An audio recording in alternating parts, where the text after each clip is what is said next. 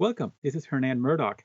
We're going to continue our conversation about verbal communications and talk a bit about what we do after we get that first response. So, those follow up questions that are so critical to the interview process.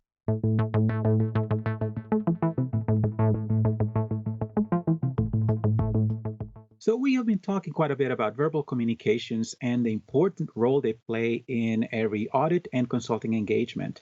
And as we're looking at the different nuances associated with it, we would like to know a little bit more about what happens as we get responses and then we need to revert to another question or comment. How do we keep the communication going, that conversation going? To do that, we are happy to have Kathleen Crawford with us, who will help us better understand these dynamics and help keep those conversations alive, well, strong, and helping us collect information that we need. Welcome, Kathleen. Hey, Hernan, how are you?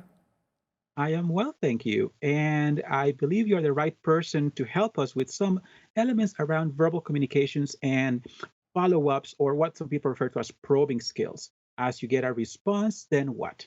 So, can you help us navigate this type of communication exchange and how we can make it as productive as we possibly can? I'd be happy to. This is another skill that I think is really vital to our success. We can only get so far with the primary questions, whether they're open-ended or closed-ended.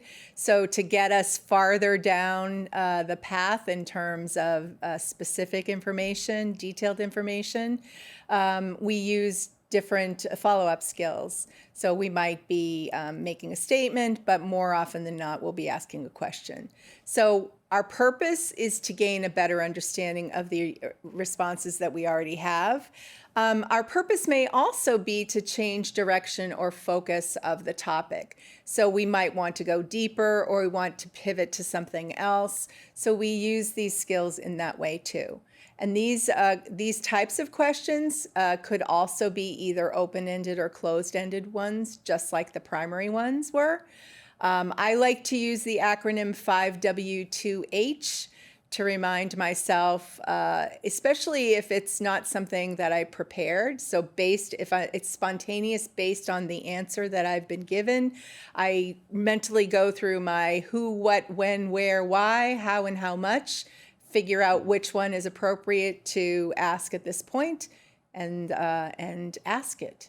So someone tells me about the three-way matching, and where does the information come from, I might say. Or someone Mhm. tells me about some other aspect of their work, and I might ask them who is responsible for that piece. So these are very easy, and we're articulating them here so that I guess it will be a reminder to our viewers that it's not, I hate to say it's not rocket science, but it's not. It's so conversational. It's natural, and even though it's important, and we want to make sure that we plan things out, it will feel very natural as you're in the moment. Right. Yes. And recalling so many of the interviews and conversations I've had with people over the years, and one of the things that you always think about is, well, you want to learn from them, right? Mm-hmm. One of the things that come to mind as well is the Pareto rule and the 80 or the 80/20 rule, as some Mm-hmm. people know it. And you want them to do 80% of the talking, you do 20% of the talking. You learn when you're listening. So from that perspective, you ask a few good questions and you allow them to elaborate and expand on the conversation, and it usually works much better when you think of it in those terms as well. And as we're thinking about keeping the conversation going, I would imagine that elaborate will be part of what you're after. Is that right? Yes, absolutely. In fact, there are three E's that I also lean into very heavily. Elaborate. Hmm. Can you tell me a little bit more about that? On the previous graphic, I follow a rule of thumb often to get somebody to tell me more. And then what happened? And then what do you do? And then. So it starts to signal to the person that you're talking to or the group that you're talking to when you want something broader or when you want something deeper. And elaborate is a great way to do that. Can you tell So me some more of that about is this? almost some of that is almost like encouraging them. Yes, Mhm. absolutely. Absolutely. Okay. So we call some of these skills prompting skills, probing skills, follow-up skills. They really are very, very helpful to guide. And I think that's why secondary questions are so important, is that most people are accustomed to being asked the surface level about what they do. We'd like them to go below the surface. So what can you tell me? What more can you tell me about that? And they can expand all of their answer or part of their answer as it puts them in some control. Then we have exemplify, which is almost always asking for a copy of something. So you see, we talk about such and such a report. Could I have a copy of that? Or a request for screenshots. We're kind of talking about this in the context of a meeting or an interview, but these also work just as well for what we call walkthroughs. So the Is this walkthrough. similar to the expression, "Can you show me?" Yes. Okay. Or what I've is it? used that one many times. Yes. Can you show me? Can you show me what that looks like? Mhm. So yes, and so you can see you can play with the phrasing. It doesn't have to be these specific ways of phrasing things, but can you show me? Can you share with me? Can you tell me more? All of these variations work so beautifully. Excellent. Okay. Very good. And then I would also say that explain is particularly powerful because it puts the person that you're talking to in the position of sort of being the professor. You know, we're the student, they're the teacher.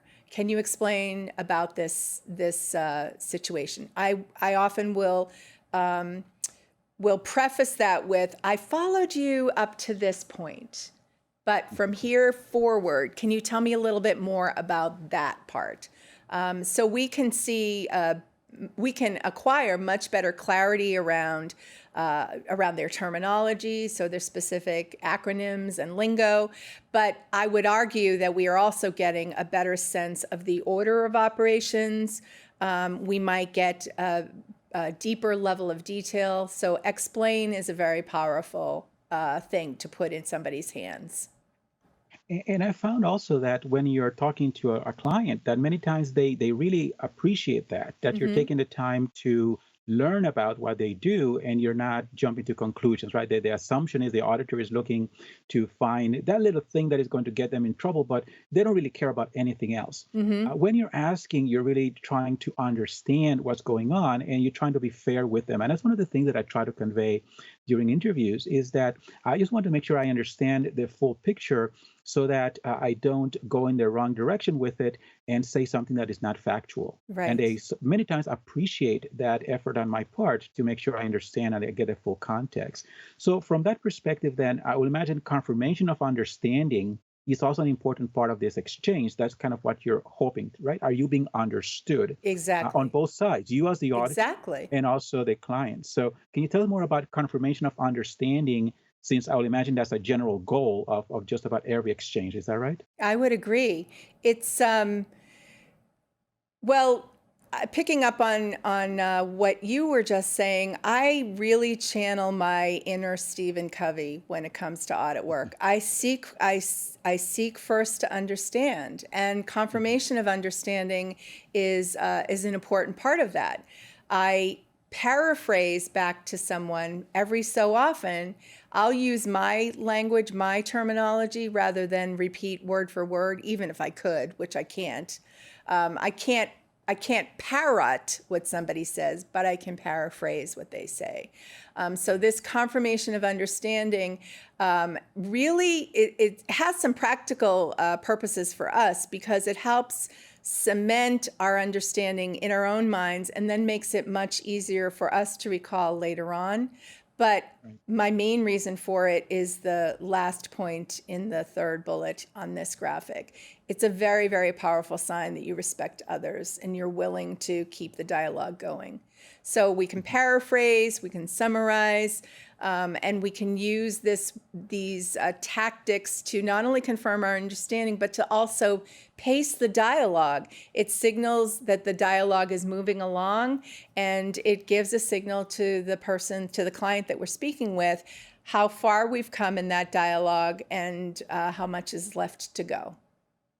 Right. So this goes back to encouraging the person to speak and also showing that you're paying attention. You're listening and their time is Hmm. valuable to you. So you're paying attention to what they say and you're taking it in and you're processing it and you're confirming that you're getting it right. So that's a very important part of that. And a big part of this in general is also avoiding bias or Hmm. avoiding, uh, you know, going in the wrong direction with something for whatever reason, whether it's because you misunderstood something they said or because you have a preconceived notion about something. So, from Hmm. that perspective, then I will imagine that a very, very important part of this is to not allow biases to get into the mix so that you will then go in the wrong direction. Right. Can you tell us more about that and elaborate on this matter of bias?